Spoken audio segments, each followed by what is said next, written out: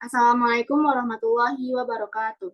Baiklah, kami dari kelompok 5 Agama 2 akan berdiskusi mengenai kasus tentang kerusakan lingkungan hidup dan bagaimana pandangan Islam terhadapnya. Yang mana materi pertama akan disampaikan oleh Abel. Kepada Abel dipersilakan. Polusi udara di sejumlah kota besar di Indonesia seperti Jakarta menjadi isu yang tidak terbatas pada soal kerusakan lingkungan, tapi merambat pada isu-isu yang langsung menyentuh kepentingan warga, seperti kesehatan, ekonomi, hingga keamanan dan kenyamanan. Sejak pertengahan tahun 2023, udara di sejumlah kota termasuk Jakarta terus memburuk dan mulai mengganggu aktivitas warga.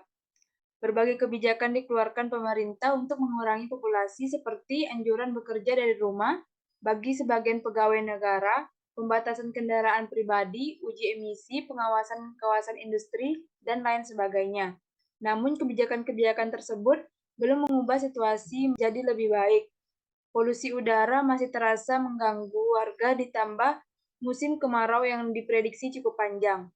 Polusi udara kawasan industri dituding sebagai salah satu penyebab terjadinya polusi udara selain kendaraan berbahan bakar fosil dengan emisi tinggi. Dalam pandangan Islam, polusi udara merupakan bagian dari kerusakan lingkungan. Betapa tidak, udara adalah karunia Allah yang seharusnya disyukuri dan dijaga dengan baik kualitasnya. Pencemaran berbagai zat kimia, bahkan yang mengandung racun berbahaya, membuat komposisi udara memburuk akibat menimbulkan dampak negatif bagi manusia yang bisa merusak kesehatan. Bagaimana sih Islam menyikapi kerusakan lingkungan? Nah, Islam menganggap kerusakan lingkungan ini tuh disebabkan oleh perilaku manusia. Allah Subhanahu wa taala berfirman dalam Al-Qur'an surah Ar-Rum ayat 41 yang artinya telah tampak kerusakan di darat dan di laut disebabkan oleh perbuatan tangan manusia. Allah menghendaki agar mereka merasakan sebagian dari akibat perbuatan mereka agar mereka kembali ke jalan yang benar. Oleh sebab itu, Islam juga memberikan solusi yang berangkat dari sisi manusianya, sebagaimana dinukil jurnal Al-Quran dan tafsir sebagai berikut. Yang pertama, iman dan takwa. Allah Subhanahu wa taala berfirman dalam surat Al-A'raf ayat 96. Jikalau sekiranya penduduk negeri-negeri beriman dan bertakwa, pastilah kami akan melimpahkan kepada mereka berkah dari langit dan bumi. Tetapi mereka merustakan ayat-ayat kami itu, maka kami siksa mereka disebabkan perbuatannya. Nah, Islam menyimpulkan bahwa perilaku manusia terhadap lingkungan adalah cermin tingkat keimanannya kepada Tuhan. Sementara, sifat takwa membuat kesadaran seseorang untuk bertanggung jawab pada perbuatannya. Orang yang bertakwa tidak akan melakukan perilaku semena-mena, kecerobohan, ketidakadilan, dan kesombongan terhadap apapun termasuk lingkungan. Ketakwaan yang baik dari penduduk suatu negeri atau kota akan menjadikan mereka bisa bekerja sama melakukan kebaikan dan mengelola lingkungan sekaligus menikmatinya. Yang kedua yaitu kesadaran lingkungan. Seorang ulama ahli tafsir yang terkenal dengan kitab tafsirnya Al-Mizan mengatakan bahwa alam semesta ini bagaikan tubuh manusia yang satu sama lainnya memiliki keterikatan. Manusia dengan alam atau lingkungan juga sama. Dua hal ini saling berkaitan bagaikan organ-organ tubuh yang saling bergantung. Jika alam atau lingkungan rusak, manusia juga akan merasakan dampak kerusakannya. Dengan kesadaran seperti itulah sejatinya manusia bisa mengendalikan hawa nafsu untuk mendapatkan keuntungan yang lebih besar dengan mengorbankan lingkungan. Yang ketiga yaitu pengelolaan lingkungan berkelanjutan untuk memenuhi hajat hidup. Nah, manusia diperbolehkan mengelola bumi beserta isinya, tapi harus dengan cara yang bertanggung jawab.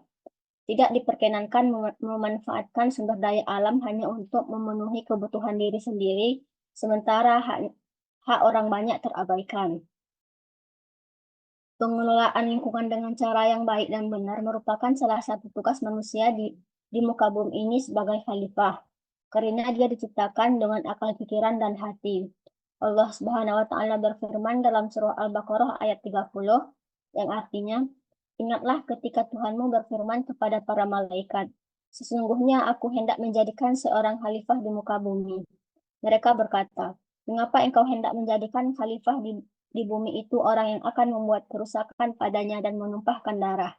Padahal kami senantiasa bertasbih dengan memuji Engkau dan mensucikan Engkau. Tuhan berfirman, sesungguhnya aku mengetahui apa yang tidak kamu ketahui.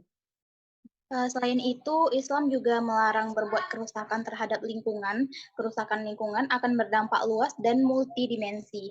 Karena itu, Islam sangat melarang perbuatan ini.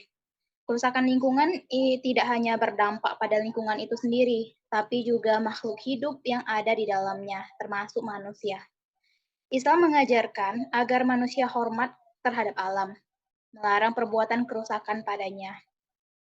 Allah Subhanahu wa taala berfirman dalam Al-Qur'an surah Al-A'raf ayat 56 yang artinya, "Dan janganlah kamu berbuat kerusakan di muka bumi setelah diciptakan dengan baik.